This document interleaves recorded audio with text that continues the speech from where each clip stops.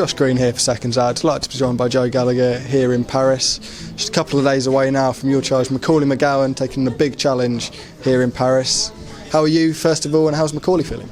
Yeah, they're all good. Like I say, Macaulay's just weighed in now, so he's busy hydrating. But yeah, we're all in a good place. We got in here last night and we're looking forward to a good show Saturday night.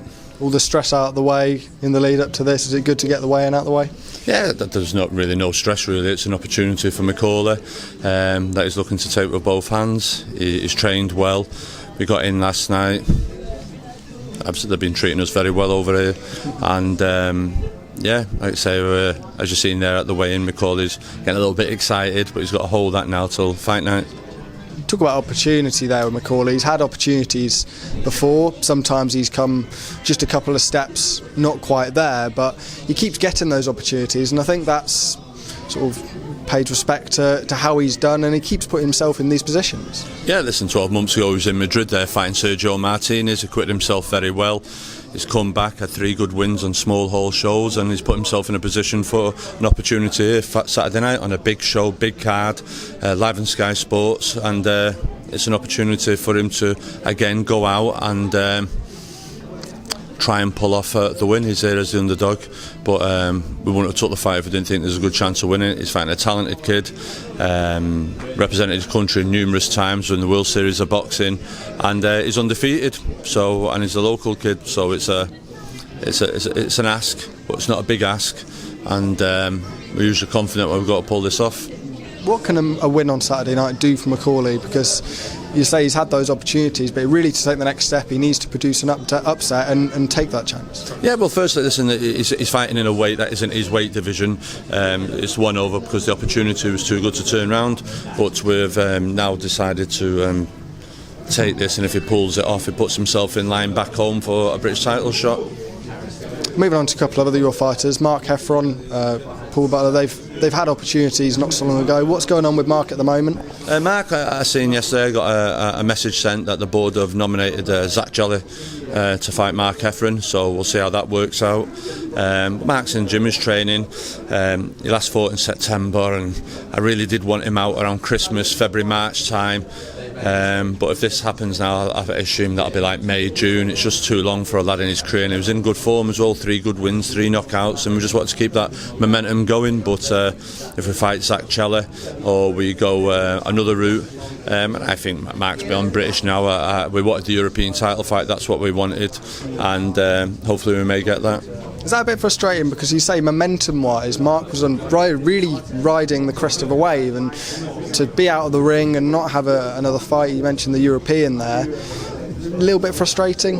Yeah, it's from a coach's point of view, because it's like an informed football striker. When they're hot, look at Rashford, Haaland, they're scoring goals, and then sometimes they can't find the back of the net. Mark Heffron was really in a hot run of form last year, and would like to progress him and win a European, or if not, get involved in a world title eliminator of sorts with a decent opponent, whether it be Gabriel Sada, Sugar Shane Mosley, some along them lines, and start making headways towards that world title.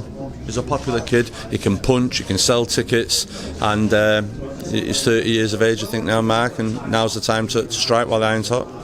With Paul, obviously went over to Japan and had that big opportunity over there, put in a good performance, although it did have its critics from over here in the UK. For Paul, is it in terms of just building back up and getting back to where he was before? Yeah, Paul's back in the gym now. He's been back now 2 weeks, and he's looking to get out in May. He wants to fight in May and get amongst it all. All them vacant belts now are all being fought for, and Paul needs a win and put himself in position to challenge for the winners of whichever belts in whichever organisation. And I think it's the same with Charlie Edwards now. Charlie Edwards, he's in the gym, he's training, we're waiting on a fight day, and he just needs a win to put himself amongst the reckoning and push on for a world title shot. And I firmly believe Charlie Edwards gets the opportunity this year. He'll definitely become a 2-time world champion, as will Paul Butler. They're 2 very talented individuals, and the hunger and desire is still very strong with them both. I have to talk to you about Tasha Jonas. It looked, although we may get that fight with Claressa Shields, she spoke to us the other day and said that that's now not going ahead. She's turned down that opportunity. First of all, is that correct? Yeah, I think Natasha's sick in here about Claressa Shields, to be honest. I think she was really interested in the fight. She was promised to fight in March. It hasn't happened, and there's a bit of frustration. Natasha, I don't think she'll mind me saying, she's 39 in June and she needs to keep busy regular and often. If you look at last year, she won a world title in September. 10 weeks later, she won another one in November, and March was the right time for her to get out and fight again, and then ready for a May-June fight. But the Claressa fight, obviously Dimitri Saliti has come out and said, listen, they've made an offer. Natasha's returned down the offer, and yeah, she has, because Dimitri knows and Mark knows and Claressa knows they've been championing women's cause, rightfully so, for better pay and structure in boxing. But then to offer that they made to Natasha, who isn't a world champion, she's a multiple world champion, ring mat belt holder. The offer should have been more for that type of fight, and I think if the roles were reversed, Dimitri would have turned down the offer for Claressa if the roles were reversed. So Natasha's open for the fight, we're open for the fight, want the fight, but if they want to come and make another offer, then that fight gets made. Did you say that happens, or? I think so. Move on to a couple of other subjects I want to talk to you about. Usyk Fury, another fight that we thought may be happening, but now spanner in the works, looks like it may not. Money the issue as it ever seems to be in boxing. Do you think, one, that happens, and how big would it be? I think, I've said it in interviews at the beginning of boxing this year, the best have got to fight the best. Listen, we've just seen Garcia and Tank, they've agreed to fight. We all want Spence Crawford, and we all want Bitabiyev Bivol, and we all want to see Tyson Fury versus Usyk and a chance for it to be undisputed. If this doesn't happen now, it's got to be so frustrating. And then you look at what happened a couple of weeks ago with Tommy Fury and Jake Paul and the pay-per-view and the figures, and that's booming because they're fighting each other where they're not here. And I understand he's the world champion. He went into people's back gardens twice to win the world titles, and he's seen as the lineal number one. Usyk has been on the road and won world titles, and he must wants well paying for this. But basically, if there's £100 in the pot, we've all got to decide who's having 50, 60, £40 of that. I've just seen a little clip that Tyson's just done, and he said it's got to be 70-30, and for every day he doesn't agree, it'll take a less percent and a less percent. So that's where we are there. But listen, it's frustrating as a boxing fan first and foremost, because we just want to see it happening. Let's do it and it's good, and if it was good, then let's have a rematch. Do you know what I mean? But we just want to. Someone said years ago, boxing, you usually judge the wealth or the state of boxing, the health of boxing, by the heavyweight division, and that's where we are at the moment. If that can be made, then boxing's booming, because it is still the premier weight division in the world. I think that's a frustration, and been a long-term frustration with many fans. The big fights don't seem to be getting made now as they were 10, 20 years ago, and you say the misfit stuff, the likes of Jake Paul, Tommy Fury, seem to be getting all the attention. We need to make these big fights for boxing to be the centre of attention again. Yeah, 100%. Like I say, the fights need to happen. Everyone needs to start working together, promoters working together, and fighters, because that's what we want to do. That's what we want to do. We want to see the best for the best. And like I just touched on, there's a few, like Canelo Benavidez is another one. Do you understand? You listen, in Newegg, go and fight in Fulton. Good fight made. There is fights being made. Fair play to him, but there's other fights that we want to see and demanded to see for a long time. When you look at Spence and Crawford at the age they are, and look at Leonard and Hearns at the age where, or Donald Curry, Milton McCrory, and then you look at what happened in the heavyweights, even the Mike Tyson era of Holyfield and Bowes, they all happened. We just need, and Lennox Lewis, we just need to see Tyson, Usyk, and what are we saying about him, just like everyone else. Another heavyweight fight that's less than a month away now is AJ making his return against Jermaine Franklin. Lots of people, including myself actually, thought that Jermaine Franklin would have got the decision against Dillian Whyte. Do you think people are overlooking Franklin as an easier fight for AJ's comeback? It is. You're on about getting rid of Dylan, but look at Dylan. Dylan's been knocked out twice in his last 3 or 4 fights. Dylan's so no, I think Josh was fighting Jermaine Franklin, but I don't think that wasn't it isn't a tough enough test for AJ to come back with, when you think he was a multiple world champion at the weight division twice, and then he's coming back with Jermaine Franklin, who was unlucky to lose to Dillian Whyte, some would say. listen, he should have gone back right in there straight away amongst the mix, proved himself and gone banging on the door. Like I say, we'll see what happens. Do you know what I mean? It's AJ, and Eddie's doing a lot of talking for AJ, but we'll see what happens when he comes over. AJ's got to change the trainers now with Derek James, and they'll want to see how that relationship works in them fights. But I think they could have got a better opponent.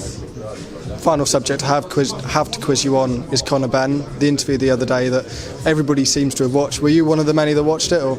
No, I haven't watched it. I listened to a breakdown on it by Terry Chaparrado on Highfield Boxing, and listen, I can understand now the fact that Conor's a villain, so they've got to make him more of a bigger villain. And all news is good news, and that's the way that they seem to be doing it. Lots of eyeballs, as you say, was brought to the interview, so at least it's been kept in the news. The facts are still, at the end of the day, he took 2 tests and he failed 2 tests, and nothing has changed from that. Anything to do with eggs or anything else, nothing's changed, and that's it. That's how it stands in the cold light of day, and nothing's changed to do it. I don't think any B samples are being asked for. And then I feel to sort of like ignore what has happened and still just carry on straight on and take it to Dubai or whoever with an opponent, well, you're just taking the integrity and the soul out of boxing, do you understand? And talks on Manny Pacquaio or Chris Eubank Jr. and stuff like that, it's amazing that the money that they're making on the back of it of being the villain. But it's just, you're really just saying to everyone, open the floodgates and off you go. And I think someone said that in the past, well, if everyone's on it, just let everyone get it, and that's how it's done. Do you know what I mean? Which is just a real shame, really. But as it still stands at the moment, 2 tests were failed, and I think what worried, annoyed a lot of people, they said that the first test he wasn't bothered about failing. As an athlete and a fighter, you should be absolutely heartbroken. What's all that about? And I'm not sure. Maybe you can tell me. Did they ever ask for the B sample? And there you go. That can end it all. If you're saying messing about in laboratories and stuff like that, allegedly, well, go and get the B sample then. And that'll answer everything and clear everything up. And why not go before the board? If we're all clear and innocent, everything else, and it's a whole sticky, horrible, messy situation. You mentioned the Pacquiao fight there. It seems although Matchroom are keen on getting CONOR Benn out over the next few months. They've said that they want him to fight over the next few months. Does that disappoint you, and do you think it will disappoint boxing fans that we've got no clear conclusion to this, and yet CONOR Benn could be in a ring? Yeah, and that's what I'm saying. It's really hard. And for Manny Pacquiao, how old's Manny Pacquiao? 42. And it's like you're coming back, and you've been failed to a drug test, and you're fighting Manny Pacquiao is 42 years of age. Like, Manny, you should be doing the Floyd Mayweather stuff, going around doing exhibitions. Come on, do you understand? It's people saying money talks. Yeah, there does, but there's got to be a sense of integrity in the sport. Do you understand? And everyone's championing the sport and how good the sport is and everything else. But boxing, like it always does, keeps giving itself its own black eye. Cheers for your time, Joe, and best of luck to yourself and Macaulay on Saturday night. No problem. Cheers. Thank you very much. Cheers, Josh.